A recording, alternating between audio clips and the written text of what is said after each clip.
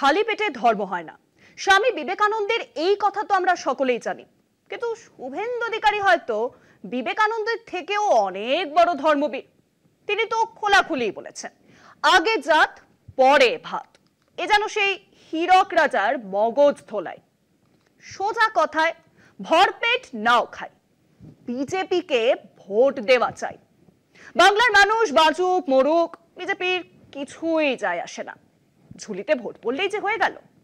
কিন্তু এই ভোট পাওয়ার জন্য বিজেপির না আছে কর্মসূচি, না আছে পরিকল্পনা, থাকার মধ্যে শুভেন্দু সুকান্তর ঘরোয়া কোন্দল। কাজেই খেলো জাতপাতের তাস।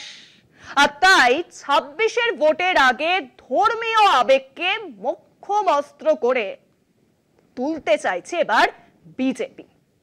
রাম মন্দির, কাশী, মথুরার পাশাপাশি এবার বাংলার মাটিতে উঠছে নতুন নাম, শেষ হিন্দু রাজা শশাঙ্ক, শ্রী চৈতন্যদেব ও স্বামী বিবেকানন্দ।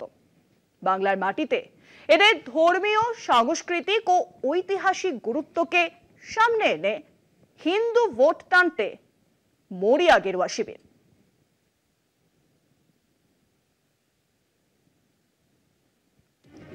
মাঠে ময়দানে ভোটের ঢাক এখনো না বাজলেও গেরুয়া শিবিরে ভোট যুদ্ধের প্রস্তুতি তুঙ্গে। অন্যতম মোক্ষম অস্ত্র ধর্মীয় আবেগ। বাংলার সংস্কৃতিতে গেঁথে থাকা 3 হিন্দু ব্যক্তিত্বকে এবার প্রচারে ব্যবহার করতে চাইছে বিজেপি। শেষ স্বাধীন হিন্দু রাজা শশাঙ্ক, বৈষ্ণব আন্দোলনের পথিকৃৎ শ্রী চৈতন্যদেব এবং যুব সমাজের প্রেরণা স্বামী বিবেকানন্দ। কেন্দ্রীয় বিজেপির তরফে নির্দেশ, মালদা, মুর্শিদাবাদ, নদিয়ার মতো এবার হিন্দু ভোটারদের কাছে পৌঁছতে হবে এই 3 মহাপুরুষের গৌরব গাথা নিয়েই। দলের তরফে শুরু হয়েছে ওয়ার্কশপ। সেখানে ব্যাখ্যা করা হবে হিন্দু রাজা শশাঙ্কের বীরত্ব, চৈতন্যদেবের ভক্তি আন্দোলনের তাৎপর্য এবং বিবেকানন্দের চিন্তা ও চেতনার মাহাত্ম্য।